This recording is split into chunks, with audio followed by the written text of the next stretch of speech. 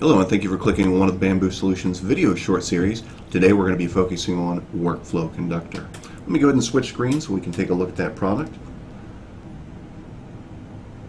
Okay, so now we're taking a look at the Bamboo Solutions Workflow Conductor Studio interface. At the top here we have a quick menu-driven command series for opening up new workflows, printing, exporting, importing, zoom in, zoom out, and then obviously the ability to publish the workflows. On the left-hand side, you have your widgets. These are the stepping stone commands that you get to utilize between the designing of the workflow process. These range from simple action items such as a send email to an update item to a little more in-depth type of stepping procedures, such as going through adding accounts into Active Directory, updating Active Directory accounts, also adding to different SharePoint groups, etc.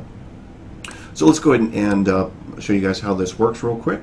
You simply drag and drop the widgets from the left over to the right on the screen, and that will populate the various widgets that you want to work with in regards to sort of a whiteboarding effect to building out your workflow.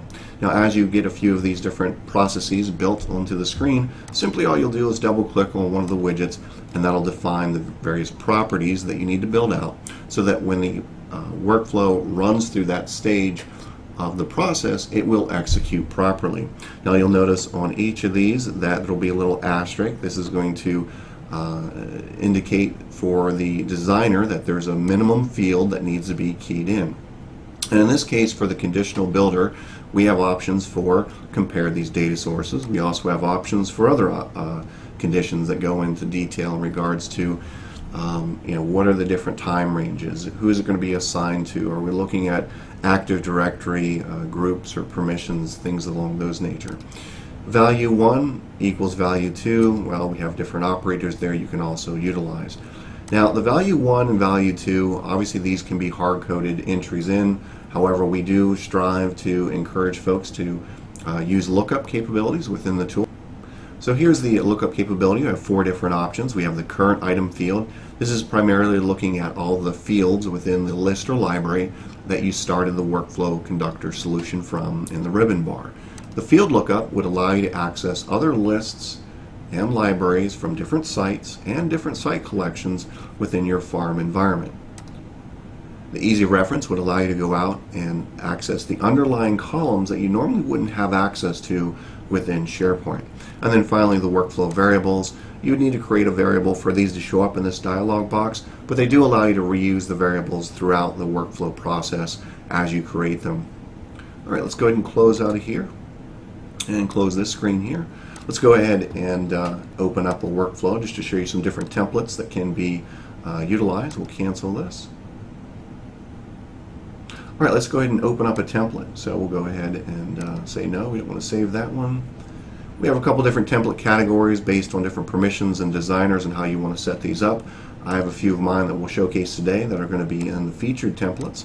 Now, based on if you are a template manager, you'd have access to those different types of templates. Okay, so what we have here is an employee onboarding workflow that I've put together in the past. It has several different options on how you can utilize the workflow process, and I'll just go ahead and jump through some of those specific widgets. The first one here, as you can see, the names have been slightly changed. The description. Okay, so within this variable, what we're doing is we're setting the display name of Get Department Manager. And the all intent and purpose of this very first step within this specific workflow is to identify which department manager needs to obtain the resume that would come in for this employee onboarding workflow that has been set up. So all we're doing at this point is setting a variable to obtain some information that we'll use later within the workflow process. We get down here to the request approval. These have a lot of different configuration options. I'll go ahead and take a closer look at that one. As you can see here, we have the approval type for just one approval required, and you have different options for all or multiple. So you can do things like the best 4 out of 7. If you only need maybe 3 out of 10, the first 3 to approve it, out of 10 individuals, the workflow can move forward. You have some different options there on the approval types.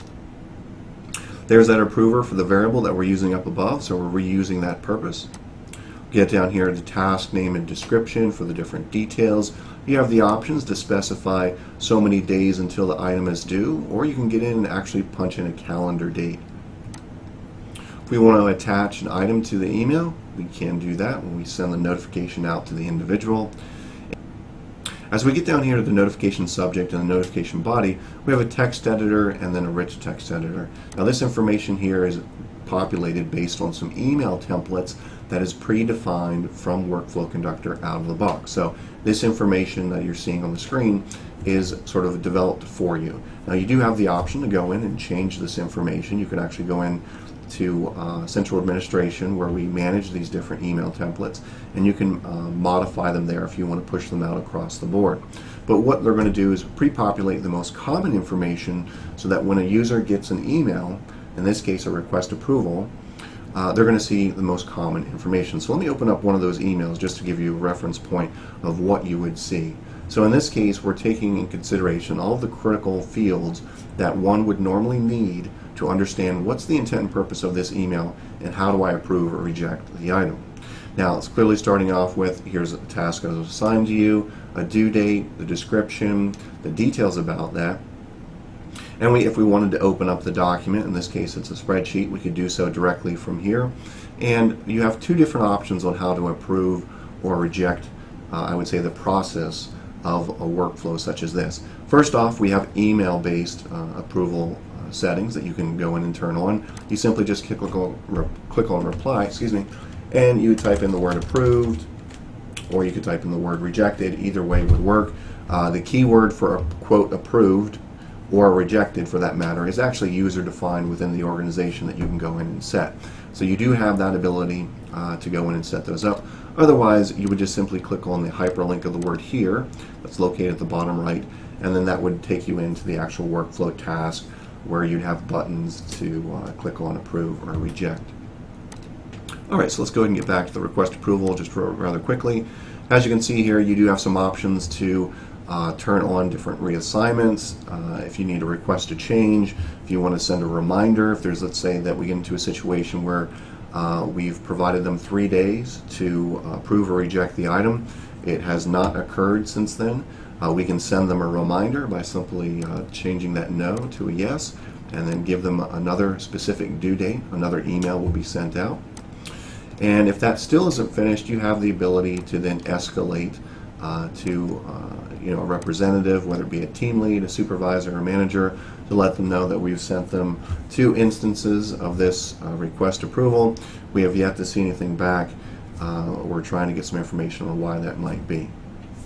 Okay, so that was a rather in-depth request approval configuration, but as you can see, there really isn't too much difficulty to going in and updating some of the fields of information.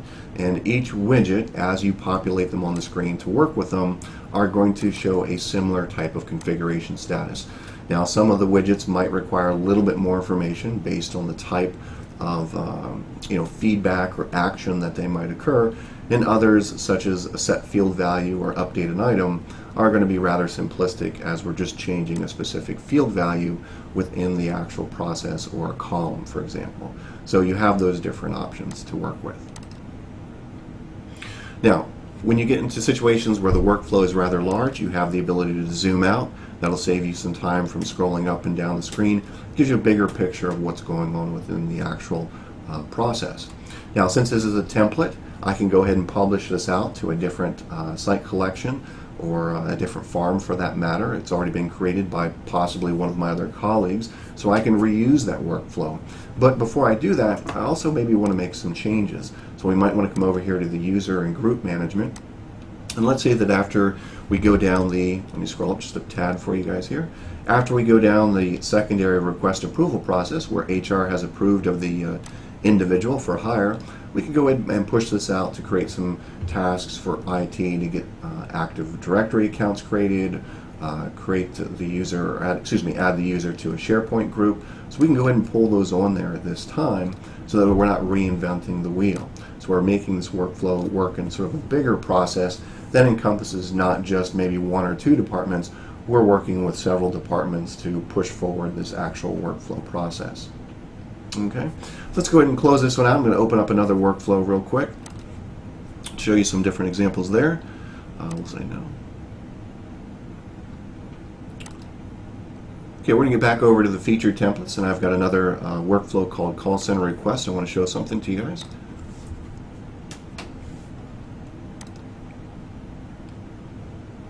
Okay, in this call center request, you're going to notice here that we have a workflow that I've built to work with a call center, a help desk type of organization as problems and tickets come into the organization. Certain technicians or a customer service team is going to work with those individuals in regards to finding a resolution or an answer for them. But if you notice at a quick glance some of the steps that run through here, you'll get down to notify that customer issue is resolved, is out of sequence. Same thing with customer issue is assigned. So all we need to do is, if we made a mistake like that when we were originally building out the workflow, or possibly even if we've published a workflow, we can move those things around. So we can take customers assigned. Let's go ahead and move this up here. And simply all we're doing at these particular steps is just notifying the user that's purchased a product, for example, that a technician is working with you.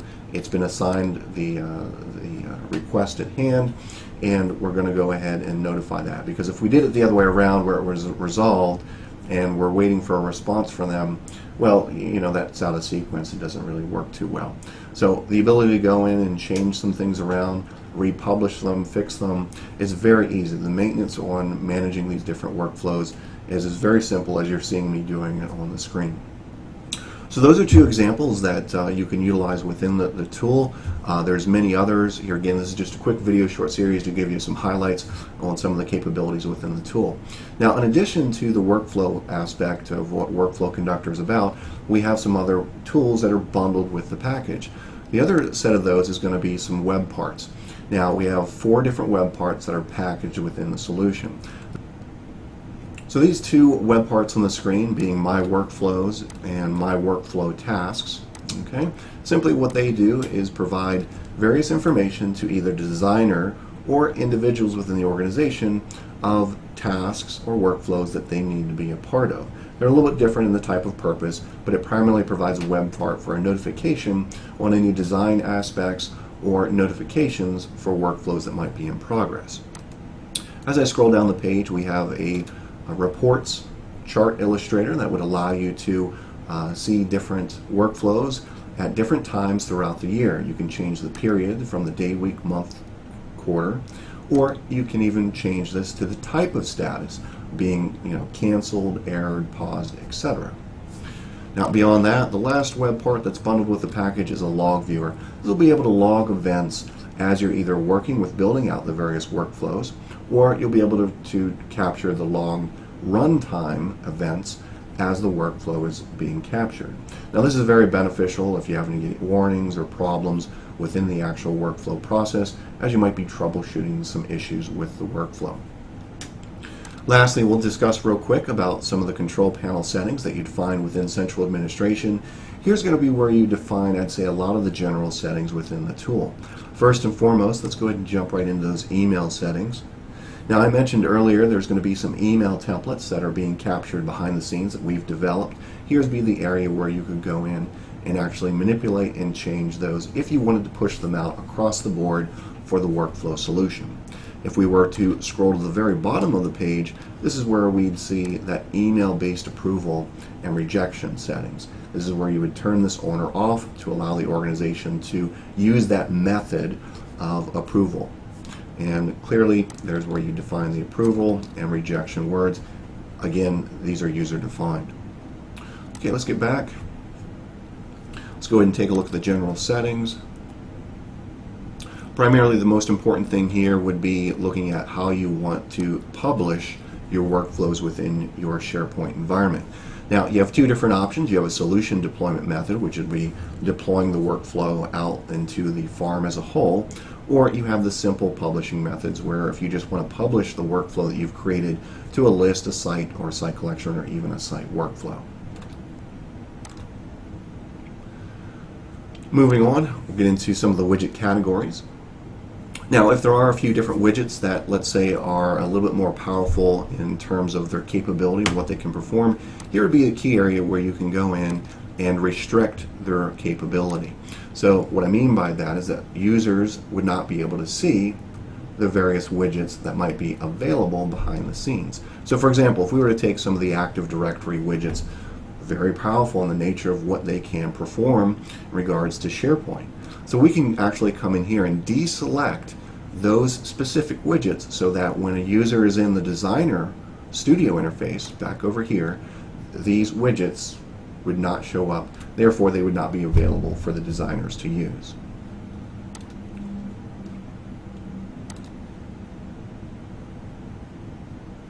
And then lastly, if you wanted to see the various statuses of the workflows across the farm, okay, so after the web application has been specified, we can see the various dates of occurrence of the workflows that have initiated on this specific SharePoint environment. So that's going to conclude our quick video short series on Workflow Conductor. If you have any questions or you'd like to find some more information about this particular product, you can always contact sales at our email address there at the bottom at sales@bamboosolutions.com. This product is available for purchase or a fully functional 30-day trial in your local environment. And we also have sandboxes available which you can utilize. Here again, it's a fully functional 30-day environment. With that being said, I just want to thank you for clicking on today's short series of Workflow Conductor. Hope you have a great day.